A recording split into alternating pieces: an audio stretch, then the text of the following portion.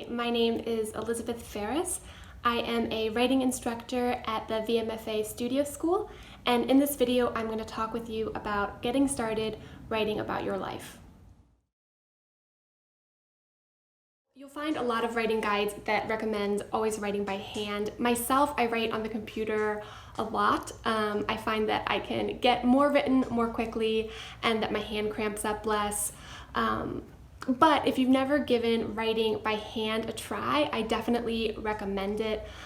For one, it makes writing more portable, so you begin to see writing as something that you can do anywhere, and also as an orientation that you can have to life, right? You can see something, observe something, and write about it if you have a little notebook on you. The other big plus of writing by hand in a notebook is that you will get distracted less often. The other tool I really like if you are intimidated by writing or if you have trouble prioritizing it is a timer. I just use my cell phone. I set my timer for 10, 20, sometimes just 5 minutes. It's really amazing what you can get written in a very short amount of time. And it is way better than waiting until you feel like you have an hour or two of uninterrupted creative inspiration. So one of the prompts that I learned early on as a creative writing student, and this was from Valley Haggard, is the prompt, "Right now I am."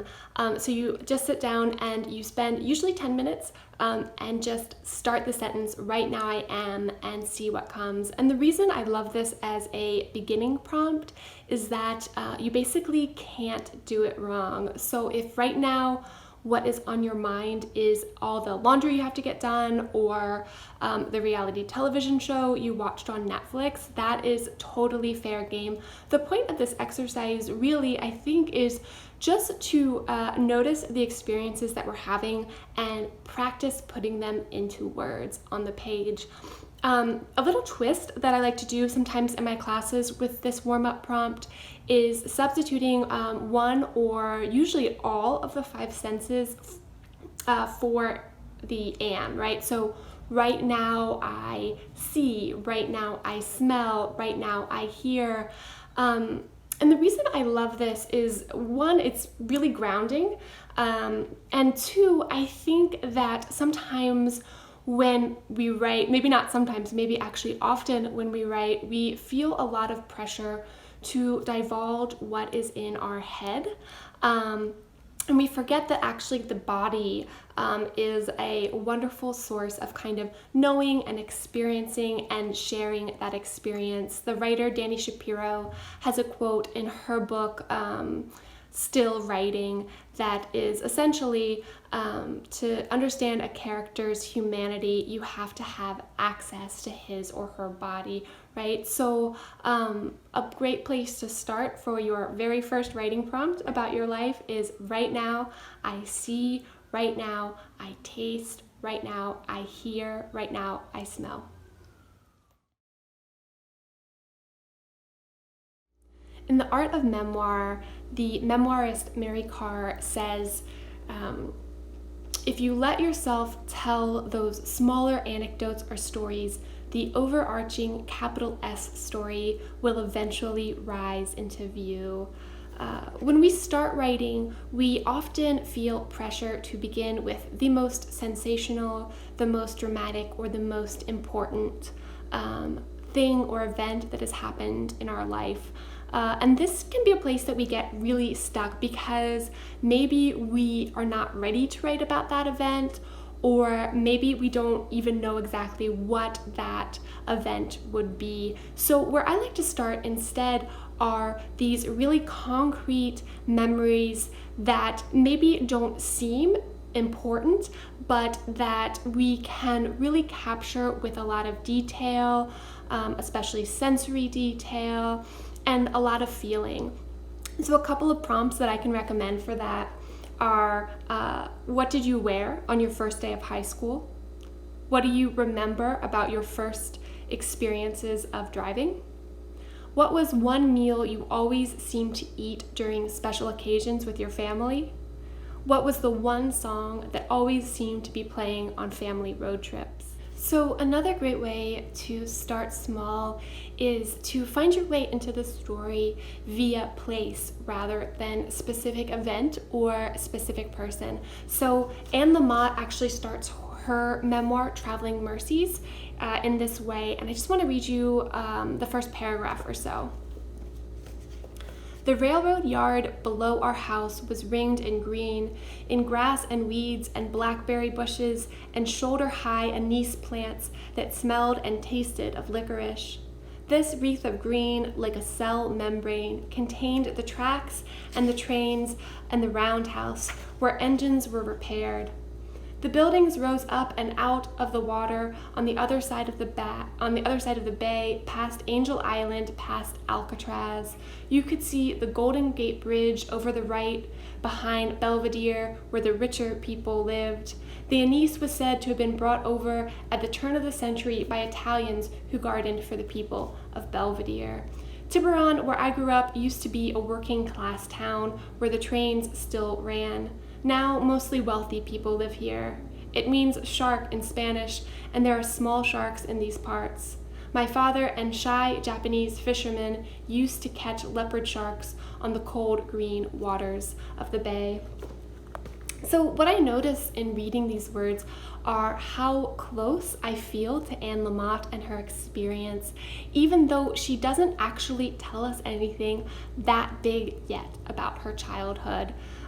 Two other books that I love for their representation of place are Jamaica Kincaid's memoir, My Brother, and Cynthia Zarin's collection of essays, Enlarged Heart.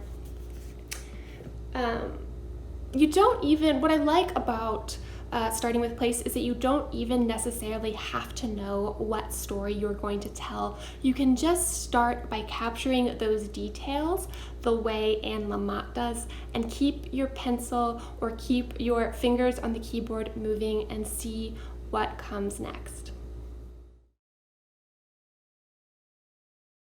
So one really helpful distinction to know about when beginning to write creative writing of any type is the distinction between scene and summary, which is also sometimes called the difference between scene and exposition. So the analogy that I like to give is one of those sort of classic documentaries that mix interviews with experts with either real footage or reenactments. And so the interviews with the experts are like the summary, and those reenactments or those real footage are like the scene. And so any piece of creative writing is going to use some balance of scene and summary. But when we get started, especially when we're writing about our lives, I think we can be a little shy to write scene. Maybe we feel like we're not going to be good at it, in which case the only thing we can really do is to practice. And I think there's another big reason why we don't practice writing scene, and that is because we are afraid our memories aren't good enough, right? That we couldn't possibly remember the sorts of lines of dialogue or specifics of clothing or weather that some memoirists or some essayists seem to be able to remember. And in that case, what I like to tell students is that memory is like a muscle. Just start recording what you can and you'll be amazed what follows. And the other point that I like to make is that memory is also subjective, and that's okay. I tell people my personal rule is, if you're striving to represent something accurately to the best of your ability, needing to sort of recreate or reimagine dialogue or making your best guess about some of these details is okay, as long as it's in the spirit of serving what feels like the truth. So if you haven't tried writing a scene before from your life, this could be a great time to try that exercise, to bring in dialogue, to try to show the action as it happened. It doesn't have to be an important scene. In fact, if you're just getting started, maybe you could just write about a scene that you had with your neighbor or with your husband or with your mother yesterday. I also really like a particular essay. We read it often in my classes, and it's available online at brevitymag.com, and it is the essay Shower Songs by Brian Trapp. It's just about 700 or 750 words. It's not very long at all, and it's a single scene that Brian Trapp had with his twin brother Danny, and it is really amazing how much life and how much meaning is gotten to just by recreating a scene and really paying attention to those sensory details and those specifics. The writer Rebecca McClanahan has said that creative nonfiction uses the materials of the ordinary world in extraordinary ways. The goal of creative nonfiction, of writing about our lives, is not to present a dry, factual book report of events, but to explore for ourselves and to give to the readers the experience of what it is like to inhabit our consciousness, to go through the events of our lives, to process our memories. I like to tell my creative writing students that most likely, if they haven't done creative writing in a while, that most of the writing that they've been trained to do in school or in their professional lives is writing whose primary goal is to inform. And I think that one of the big distinctions of creative writing, of creative nonfiction, of writing about our lives in memoir or personal essay, is that the goal of the writing is not to inform or instruct, though there certainly may be information within it. The goal of the writing is to give an experience to the reader and an experience to ourselves in writing it, of sort of reclaiming our story. One of my favorite quotes is from Zora Neale Hurston's novel, Their Eyes Were Watching God, and she talks about the main character Janie having that oldest human longing, which is the longing for self-revelation.